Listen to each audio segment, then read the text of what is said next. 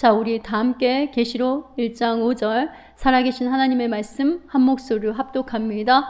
또 충성된 증인으로 죽은 자들 가운데서 먼저 나시고 땅의 임금들의 머리가 되신 예수 그리스도로 말미암아 은혜와 평강이 너희에게 있기를 원하노라. 우리를 사랑하사 그의 피로 우리 죄에서 우리를 해방하시고. 아멘.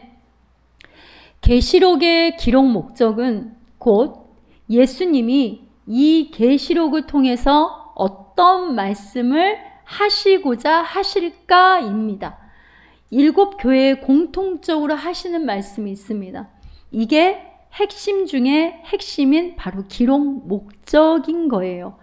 7 교회에게 주시는 말씀에 공통된 단어가 이기는 자라는 말을 계속해서 반복해서 하십니다. 그러면 반복된 구절, 그게 핵심이겠죠. 7 교회에 하시고자 하는 칭찬과 책망, 우리는 그것만 본단 말이에요. 근데 그것만 보면 안 되고 이기는 자에게는 구원이 약속되어 있다라는 말씀을 계속 모든 교회들에게 동일한 패턴으로 하고 있음을 보아야 됩니다. 말씀을 한번 진짜 볼까요? 자, 에베소 교회 계시록 2장 1절 말씀 보세요. 이기는 그에게는, 서머나 교회 11절 말씀, 이기는 자는, 버가모 17절 말씀, 이기는 그에게는, 두아디라 26절 말씀, 이기는 자, 사대교회 3장 5절 말씀, 이기는 자, 빌라델비아 교회 3장 12절, 이기는 자는, 라오디에 교회, 이기는 그에게는. 그쵸 여러분? 공통적인 게 뭡니까? 이기는 자, 이김에 대해서 말씀을 하시잖아요. 그래서 예수님이 이 편지를 보낸 목적은 바로 오늘날 영적 이스라엘인 교회들에게, 여러분과 저에게 이기기를 원한다는 겁니다. 너희들은 이길 수 있어. 그런데 너희들 힘으로 이기는 게 아니라 내가 이미 승리했기 때문에 너희들이 이길 수 있는 거야. 그리고 내가 너희와 항상 함께한다. 나는 지금도 살아있다. 믿음을 가져라. 바로 이 말씀을 하시는 겁니다. 그러면 예수님이 무엇을 이기기를 원하실까요? 첫 번째는 지금 겪고 있는 환난과 고난입니다. 서머나 교회에게 보낸 편지를 보면요, 환난과 궁핍 가운데 있었다고 해요. 다른 교회들은 환난만 있었는데 이 서머나 교회는 뭐까지 있었다고요? 궁핍까지 있었다는 거예요. 그러니까 지금도 재정적으로 힘든 상황 가운데 있는데, 그죠?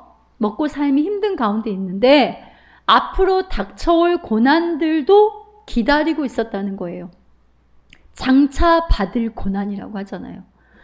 여러분, 지금도 고난인데 그게 끝이 아니라 장차 올 고난이 있다라고 하는 거예요. 얼마나 두렵겠습니까? 그쵸? 여러분에게 나 지금도 힘든데, 이만큼 힘든데 이거는 아직 시작도 안 했어. 장차 올 고난이 있어. 이렇게 말씀을 하신다면 얼마나 두렵겠어요. 그러나 내가 이미 이겼다. 그러니 이겨내야 된다. 이렇게 격려의 말씀을 미리 준비하게 해주시는 하나님의 말씀인 거예요. 그리고 두 번째로 우리가 이기라고 하는 게 뭐냐면 거짓 교훈입니다. 다른 복음을 분별하고 이겨라 이 말이에요. 여러분, 이단은요 포가 나죠. 이단, 그쵸? 근데 교모한 말씀을 이용한 다른 복음, 이게 정말 무서운 겁니다. 그리고 이게 우리의 영혼을 병들게 하는 거예요. 다른 복음을 분별하고 이겨라 라고 하잖아요. 요한계시록 2장에 보면은 발람의 교훈을 들은 자들을 얘기를 해요. 그리고 또한 이세벨의 교훈을 주의해라 이렇게 말씀하시면서 바로 이런 거짓 교훈들을 이겨내라고 하십니다. 그러니까 거짓말로, 아니면 여러 가지 술수로, 아니면 이상한 메시지의 교훈들을 주는 사람들을 너희들은 경계하고 이겨내라는 겁니다. 그리고 세 번째로 이겨내라고 한 게 뭐냐면 잘못된 행위들. 하나님의 뜻에 합하지 않고 그리스도인이면서도 구원받은 자라고 하면서도 자기 소견대로 행하는 여러 가지 잘못된 행위들에 대해서 회개해라, 회개해라 반복해서 말씀하십니다. 지난주는 우리가 먼저 나신 충성된 증인이신 예수님이 이기셨으니 예수님의 승리가 나의 승리임을 확신하고 은혜의 보좌 앞에 때를 따라 주시는 늦은 비와 이른 비를 맞음으로 지금 삶의 고난과 환난을 먼저 나신 충성된 증인인 예수님을 생각하며 복음의 길을, 예수의 길을 한 걸음씩 걷는 것을 계속하라. 넉넉히 이기게 하심을 믿어라. 이 말씀을 나누었다면 오늘은요, 예수님이 이기라고 한 아까 두 번째 거짓 교훈이 무엇인지, 우리가 여러분 가짜를 감별하고 분별하는 정석은요, 진짜 그리스도의 복음이 무엇을 말씀하고 있는지를 말씀을 통해 정확하게 아는 겁니다. 자, 여러분, 이거 설교를 해서 여러분 예전에 설교에서 아시겠지만 신구약을, 성경을 통틀어 일관적으로 하나님이 말씀하시는 구원의 세 가지 요소가 있다고 그랬어요. 하나님 말씀에 근거한 구원의 세 가지 요소가 정확하게 정리가 안 되고 사람의 이론이나 지식이나 시대에 따라, 상황에 따라 해석하는 그런 잘못된 신학들, 아니면 특정한 개인적 해석 교리를 말씀보다 그 말씀의 권위 위에다가 두고 가르치게 되면요, 성도들의 입장에서는 뒤죽박죽 헷갈리게 되고 갈등하고 심지어는 이단에 빠지게 되는 겁니다. 정확하게 정리가 되어야지 여러분이 진리 안에 자유할 수 있습니다. 창세기 12장에서 50장까지, 그죠? 우리가 원역사 1장에서 11장까지 원역사라고 12장에서 50장까지 족장사라고 하잖아요. 그런데 바로 이 12장에서 50장, 창세기 12장에서 50장까지는 바로 이 구원의 세 가지 요소를 하나님이 말씀하고 계시는 거예요. 이 엄청난 분량의 주인공이 세 사람이 등장을 하죠. 자, 창세기 28장 13절 말씀 함께 합니다. 또 본즉 여호와께서 그 위에 서서 이르시되 나는 여호와니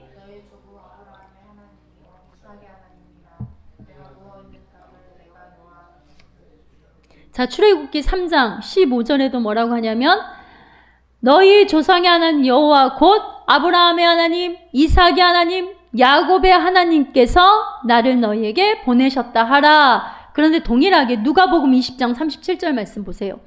그런데 이 말씀이 마가복음 12장에도 나와 있고 마태복음 22장에도 똑같이 공간복음에 나와 있어요. 함께 합니다.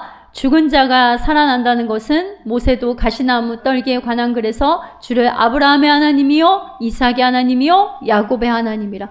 그러니까 구약뿐만 아니라 신약까지 다 하나님께서 공통적으로 말씀하신 게 뭐예요? 아브라함의 하나님, 이삭의 하나님, 야곱의 하나님.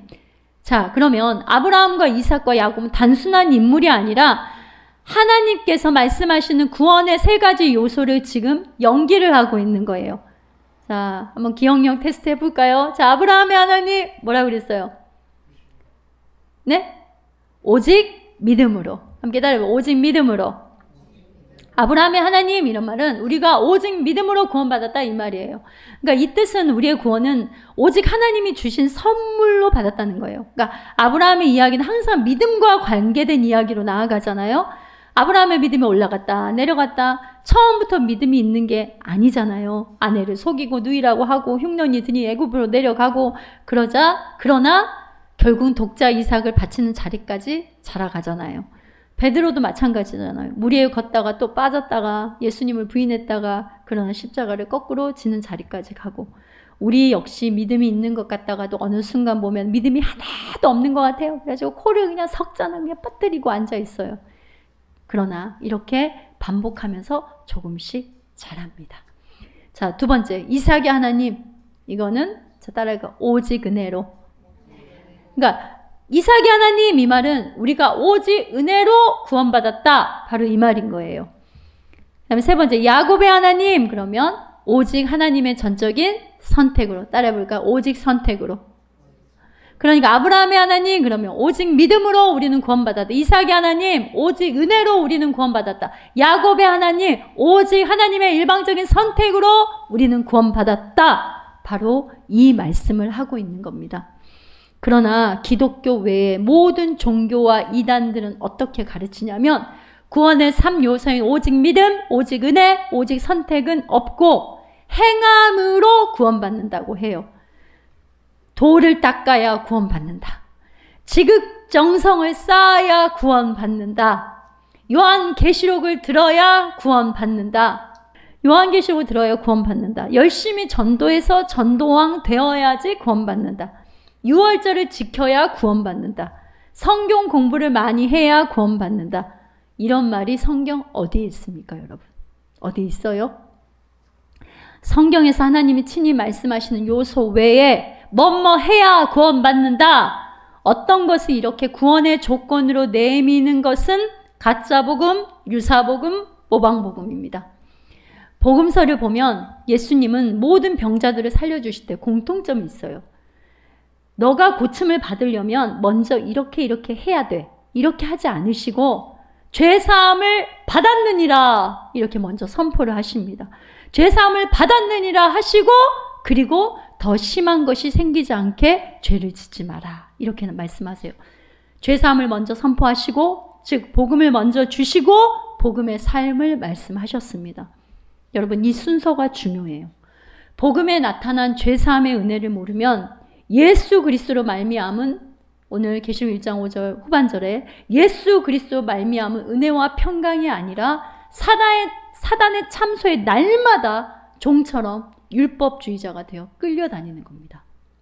여러분이 복음을 정확하게 알지 못하면 복음으로 살아갈 힘과 능력도 먼저는요. 복음이 머리통 속에 있는 지식이 아니라 여러분 심령에 먼저 와야 하는 거예요.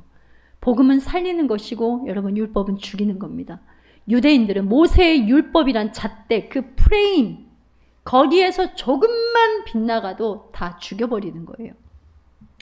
가늠한 여인이 현장에서 붙잡혔을 때 모세의 율법에는 뭘로 하나 어떻게 말합니까? 돌로 쳐서 죽이라. 그러나 예수님은 살려라. 그러니까 예수님은 살리는 복음 자체인 거예요. 고린도후서 3장 6절 말씀 우리 세 번역으로 함께 합독해 볼까요? 하나님께서 우리에게 새 언약의 일꾼이 되는 자격을 주셨습니다.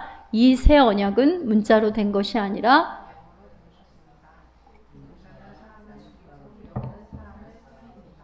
개역개정은 율법 조문이라고 나와 있어요. 그러니까 문자는 뭐하고 사람을 죽이고 영은 사람을 살립니다. 그러니까 율법과 복음의 관계를 모르면 신앙생활을 하면서도 아까 우리 하람 예꿈 그 영상에도 봤죠. 마귀에게 종노릇하게 되는 거예요. 히브리서 2장 14절에서 15절 보세요. 이 자녀들은 피와 살을 가진 사람들이기도 그도 역시 피와 살을 가지셨습니다. 그러니까 예수님의 성육신을 말하죠. 그것은 그가 죽음을 겪으시고 뭐라고 해야 함께 읽습니다. 죽음의 세력을 쥐고 있는 자 곧 악마를 멸하시고 15절입니다. 또 일생 동안 죽음의 공포 때문에 종노릇하는 사람들을 해방시키기 위함이었습니다. 그죠? 율법으로 보면 여러분 내가 누군가에게 만약에 빚을 갚지 않으면 그 사람의 노예가 되는 거예요. 빚진 자는 자유가 없이 빚쟁이의 독촉과 그리고 그 빚의 무게에 눌려서 다 갚을 때까지는 빚쟁이가 시키는 대로 할 수밖에 없어요. 고리대금업이나 예전에 아니면 돈으로 노예 삼는 그런 행태들을 우리가 보아서 알잖아요. 자, 그러면 예를 들어서 이런 거죠. 자, 동생이 동네 유지에게 돈을 빌렸어요. 그런데 갚지 못했단 말이에요. 그러니까 몸으로라도 때워! 다 갚을 때까지 우리 집에서 그러면 종놈으로 살아! 그런데 이렇게 살고 있는데 그런데 어느 날 이 동생의 형이 이제 와가지고 동생 빚을 다 갚아주는 거예요.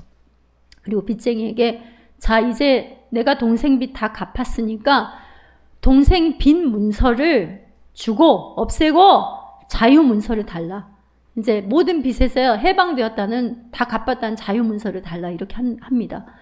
그리고 이제 형이 동생에게 그것을 받아가지고 가고 봐 이게 너는 이제 빚이 없다는 자유 문서야. 잘 챙겨 놓았다가 그 빚쟁이 집 사람들이 말이야 뭐라고 딴소리 하면은 이것을 보여주고 너는 이제 빚쟁이에게 노예되지 말고 종으로 살지 말고 빚쟁이가 하라는 대로 할 필요가 없어. 그렇게 살지 마 이제. 그러나 어때요? 그런데 이 동생에게 문제가 뭐가 있냐면 글을 모르는 거예요. 글을. 여러분 예수를 믿어도 말씀을 복음을 깨닫지 못하고 이해하지 못하는 경우가 많아요.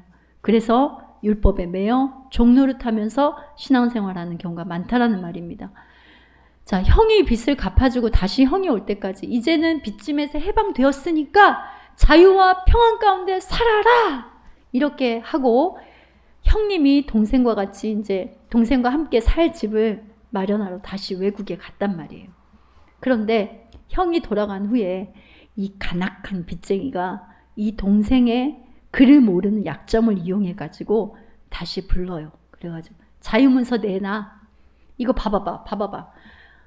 너 형이 말이야, 내게 너가 빚진 거 있지? 그거 다 갚은 게 아니야. 일부만 갚았어. 그러니까 나머지는 내가 일을 해서 갚아야 돼. 이렇게 거짓말로 속이는 거예요. 간악한 말로.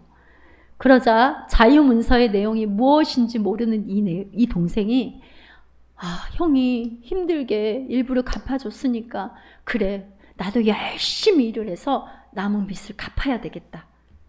이렇게 다시 빚쟁이의 종이 되어 삽니다.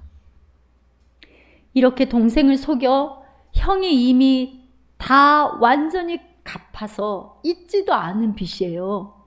그런데 동생을 속여서 그 종노릇하게 하는 거, 바로 이게 여러분 마귀의 역사예요. 바로 이게 사단이 하는 일입니다. 너는 내 수하에 있어야지. 감히 네가 자유인으로 살아? 나 마귀의 종으로 살아야지. 이 예화의 형님처럼 하늘의 아들이신 예수님이 하늘 보좌를 버리시고 이 땅에 오셔서 십자가로 나의 모든 빚을 갚아주셨습니다. 우리의 모든 빚을 갚아주셨어요. 아멘.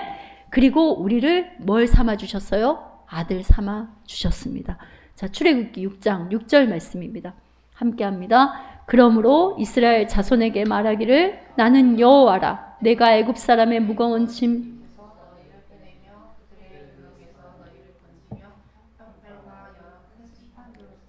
속량하여, 속량이라고 했죠. 자, 로마서 8장 15절 말씀도 함께합니다. 여러분은 또다시 두려움에 빠뜨린 종살이의 영을 받은 것이 아니라 자녀로 삼으시는 영을 받았습니다. 그래서 우리는 그 영으로 하나님을 아빠, 아버지라 부릅니다. 여러분 보세요. 자녀로 삼으시는 영을 받았습니다. 완료라는 말이에요. 완료. 세번역으로 보면 이렇게 리얼하게 나와 있어요. 종살이의 영을 받은 게 아니다. 자녀로 삼으시는 영을 받았다. 그렇기 때문에 우리가 아빠, 아버지라고 하나님을 부르게 되었다. 오늘날 율법과 복음을 잘못 배우고 잘못 알고 있어서 지금도 마귀는요, 어떤 식으로 우리를 참소하고 속이냐면요. 야, 예수님이 십자가에서 너의 죄를 갚았지만 남은 빚이 있어. 그러니 너가 치성과 종교적 행위로 갚아야 해. 오늘날 예수님을 십자가에 못 박는 가치관 말들이 무엇이냐면요. 여러분 이런 말 많이 썼죠?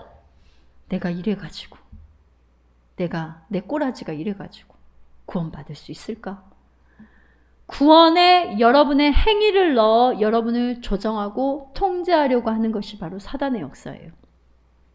오늘날 여러분의 마음에 찾아와서 너 그래가지고 구원 받은 거 맞아? 야, 너 그래갖고 천국 가겠냐? 예수님이 다 한 걸로 부족해. 내가 행함을 가지고 더해야 구원받는 거지. 우리는 예수 믿음으로 모든 죄가 해결되었습니다. 아멘 하셔요. 다시. 자, 우리는 예수님 믿음으로 모든 죄가 해결되었습니다. 우리는 예수 믿음으로 죄와 사망에서 완전히 해방되고 자유를 받았습니다. 아멘이시죠? 자, 골로새서 2장 14절 보세요. 우리 크게 한 목소리 합독합니다. 하나님께서는 우리에게 불리한 조문들이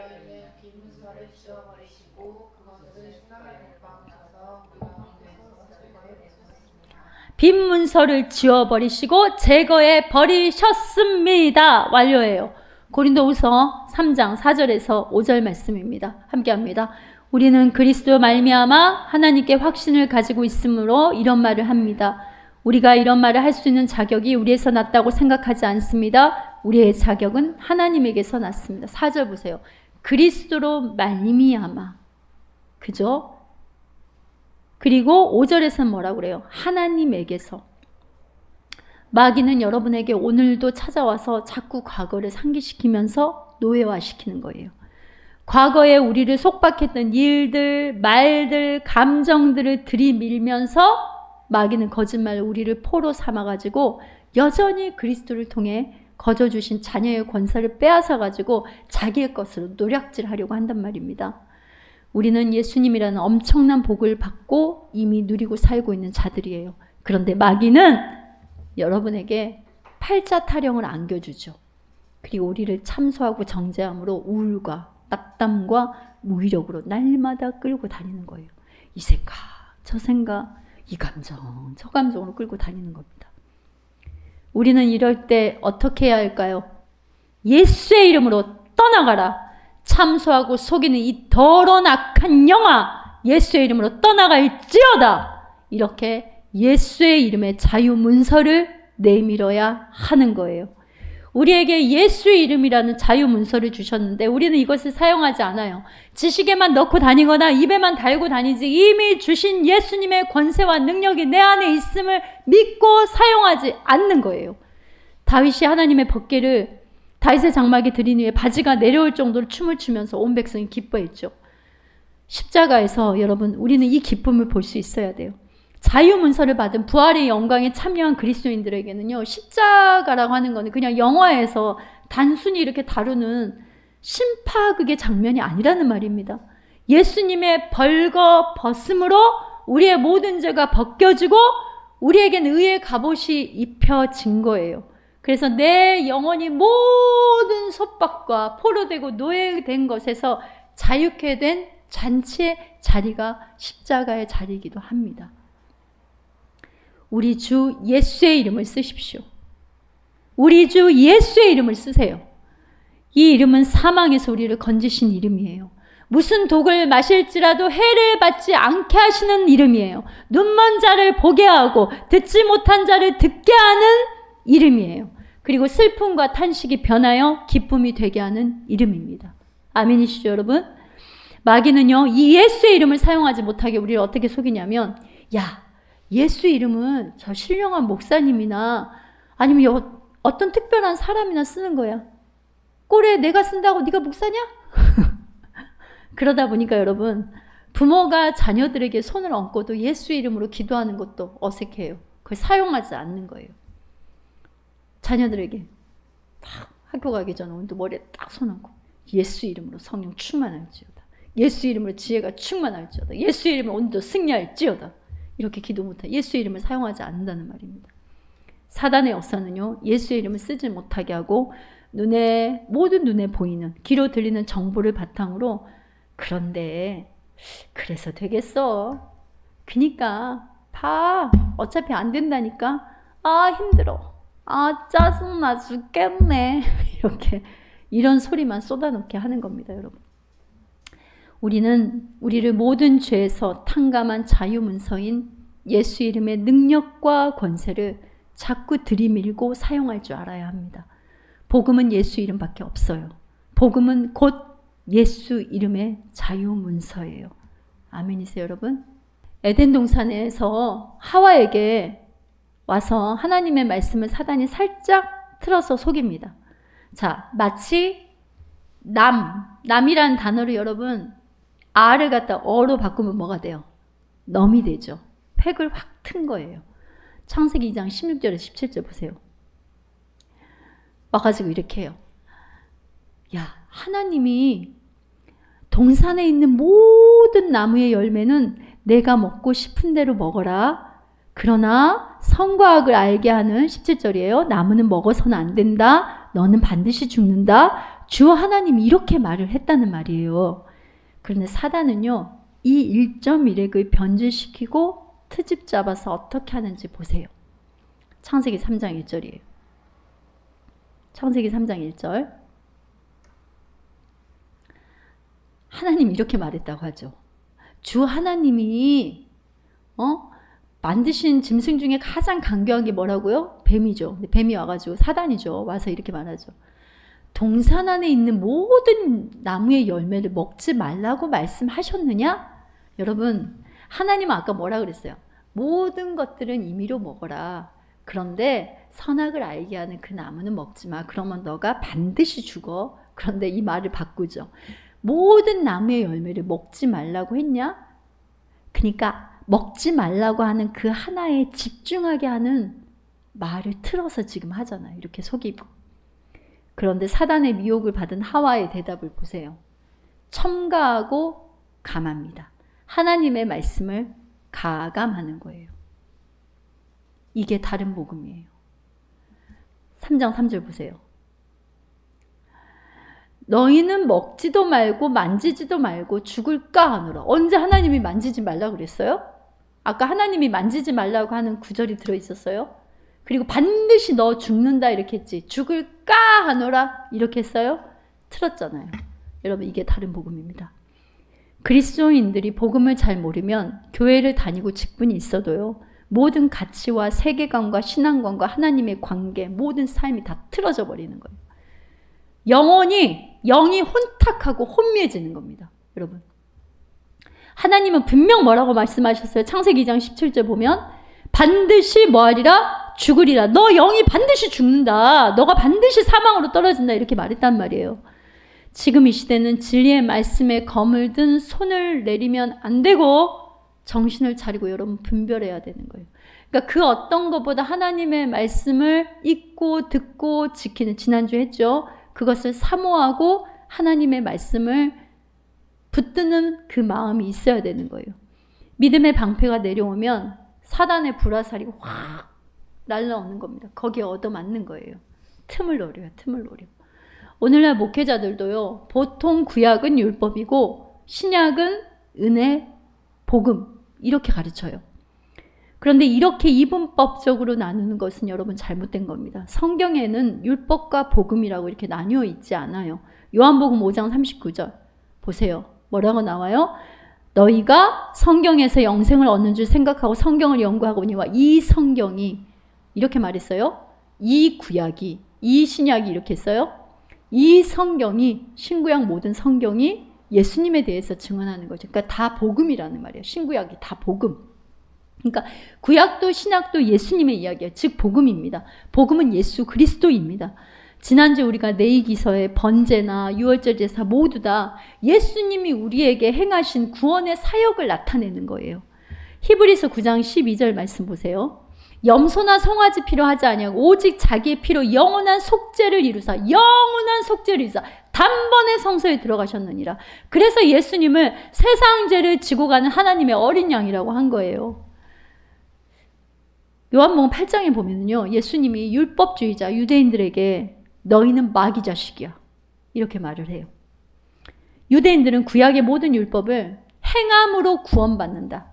여러분 아까 뭐라고 그랬어요? 이게 마귀라고 그랬잖아요. 이단보다 더 나쁜 복음을 가장한 복음인 것 같는데 복음 비스무리한 다른 복음, 가짜 복음, 유사 복음. 자, 창조, 안식일, 성막, 절기는 장차 나타날 예수님의 구속의 이야기인데 마귀가 유대인들 속에 들어가서 율법을 지켜야 구원받는다. 구원의 전제 조건으로 이 모든 것들을 내밀어 버린 거예요. 예수 그리스도를 말하는 이 복음을. 구약의 성막, 절기, 제사를 이스라엘 백성들은 그것을 구원을 위해 지켜야 되는 율법으로만 보고 맨날 양 잡고 피 뿌리고 이런 행위에서만 끝나버린 거예요. 그 의미가 뭔지를 모르는 거예요. 그러니까 복음을 깨닫지 못하면 맨날 그 행위만 반복적으로 하는 겁니다. 그래서 히브리서에서 반복되는 구약의 제사로는 제사함 받을 수 없다. 예수님이 단번에 들이셨다. 히브리서 10장 1절 보세요. 함께 해볼까요? 율법은 장차 올 좋은 이들의 그림자일 뿐이요 참 형상이 아무니므로 해마다 늘 드리는 같은 제사로 나오는 자들은 언제나 온전하게 할 수 없느니라. 그쵸 여러분? 율법은 장차 올 좋은 일의 그림자. 그러니까 예수 그리스도를 나타내고 예수 그리스도의 구원의 사역을 나타내는 그림자다라는 말이잖아요. 마찬가지예요 여러분. 7대 절기도 마찬가지입니다. 이 7대 절기에서 예수님 빼버리고 지켜라. 안 그러면 지옥 간다. 이게 다 마귀 종교예요. 마귀 종교. 모든 절기는 예수 그리스도 역시 보아야 돼요. 6월절 볼까요? 예수 그리스도 십자가의 죽으심이에요. 그 피를 임방에 이렇게 피를 바른 자는 넘어갔잖아요. 그러니까 예수 믿는 자는 그 피가 우리의 모든 속되고 부정한 것에서 우리를 정하다고 의롭다고 구원해 주셨다는 거예요. 이게 바로 6월절의 의미예요. 6월절 매일 지켜봤자 길과 진리 생명 되신 예수를 부인하면 지옥 가는 거예요. 하나님의 교회 유월절을 지켜야 구원받는다. 말씀을 모르니까 미혹되는 거예요.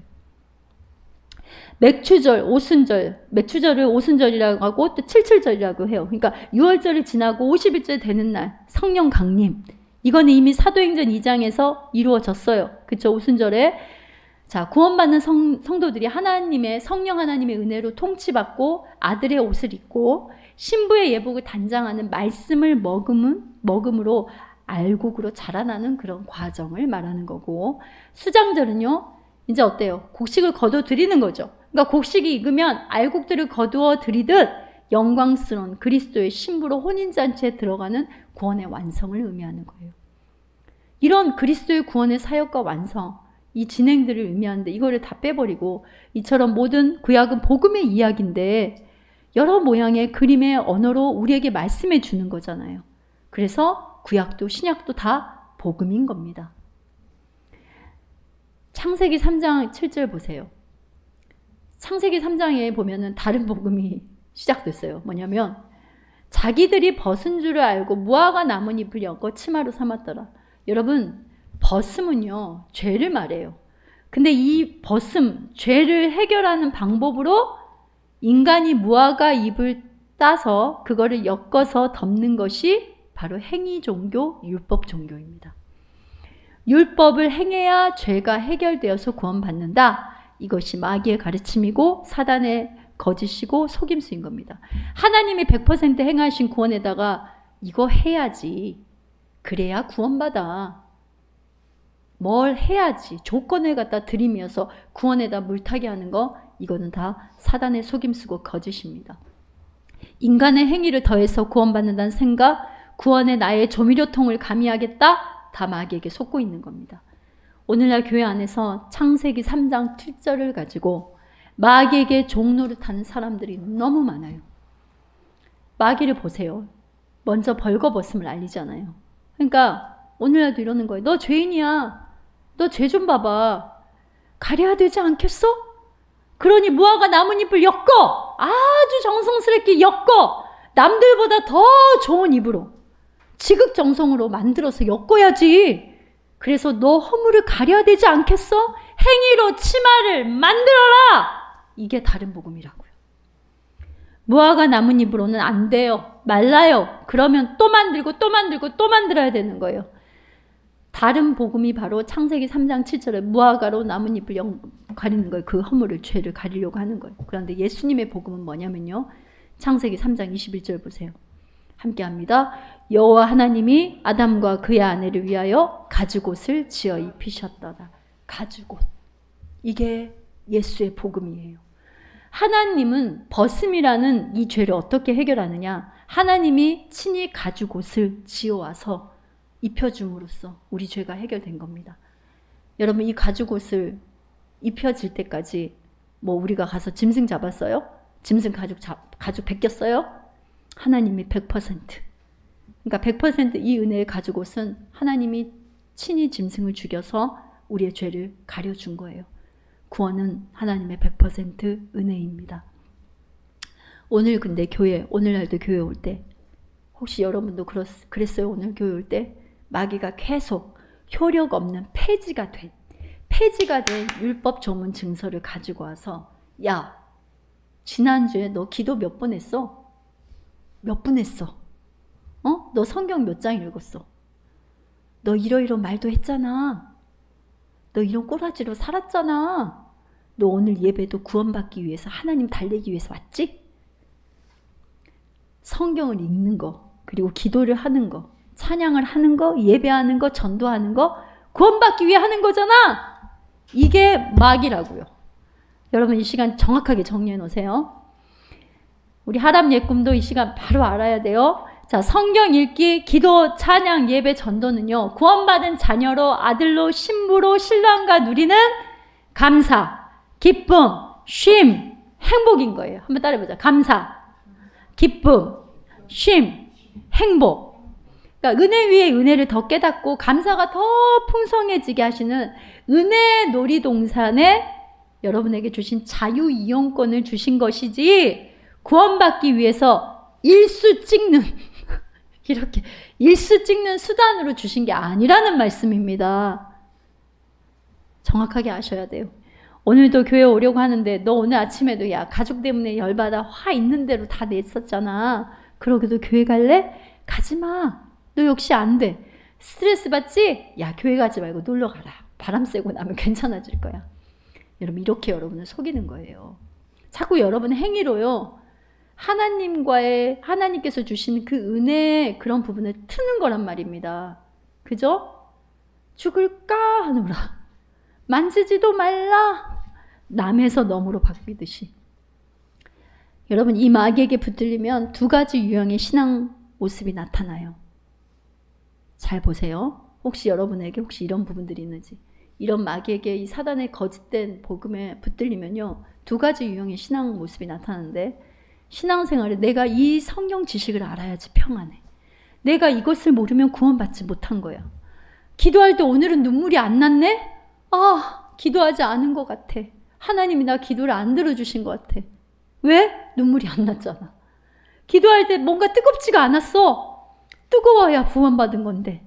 이렇게 편집적으로 신앙생활을 하거나 아니면 기쁨 없이 의무적으로 형식적으로 해요.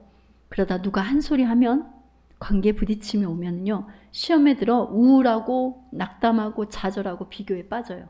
아니면 역으로 어떻게 되냐면 정죄하고 판단에 거세게 사로잡히게 되는 거예요.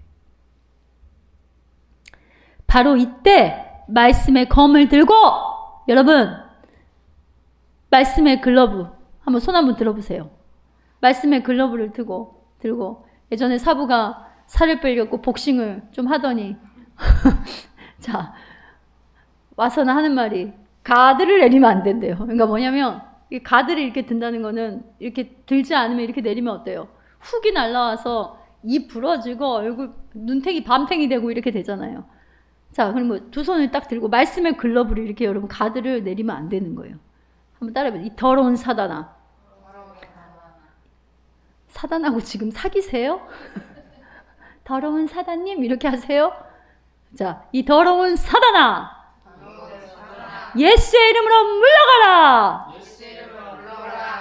이렇게 예수의 이름의 자유문서를 들이밀면서 야 사망의 종노릇하던 그 죄의 노릇하던 노예문서 그 율법 조문으로 협박하는 그 문서 말이야 이미 무력화되었어. 예수의 이름으로 무력화되었어. 예수 피가 무력화시켰어. 이렇게 외쳐야 하는 거예요. 아멘이세요 여러분? 네. 여러분이 신앙생활에 힘과 기쁨을 잊는 거는요. 자유문서를 받아놓고도 맨날 주머니에서 만지작 해요. 그리고 지식으로 머리에만 이렇게 구겨 넣어가지고 다니고 아니면 입으로 중얼중얼 그냥 그렇게 하는 소리로만 생각하기 때문에 그러는 거예요. 마귀의 참소 앞에 당당하게 외쳐야 돼요. 예수 피로 나는 구원 받았다. 나는 그리스도의 흔적을 지닌 자다. 나는 예수 피를 수혈받은 자다. 나는 그리스도로 옷 입었다. 성령님이 내 안에 계신다. 이렇게 선포해야 됩니다. 또 안 시킬 줄 알았죠? 자, 이 시간 다시 두 손을 가드로 올리세요. 자, 저를 따라 선포합니다. 예수 피로 나는 구원 받았다. 나는 그리스도의 흔적을 지닌 자다. 나는 예수 피를 수혈받은 자다. 나는 그리스도로 옷 입었다. 성령 하나님이 내 안에 계신다. 이거 거울 보면서 아침마다요 선포하고 직장에 출근하세요.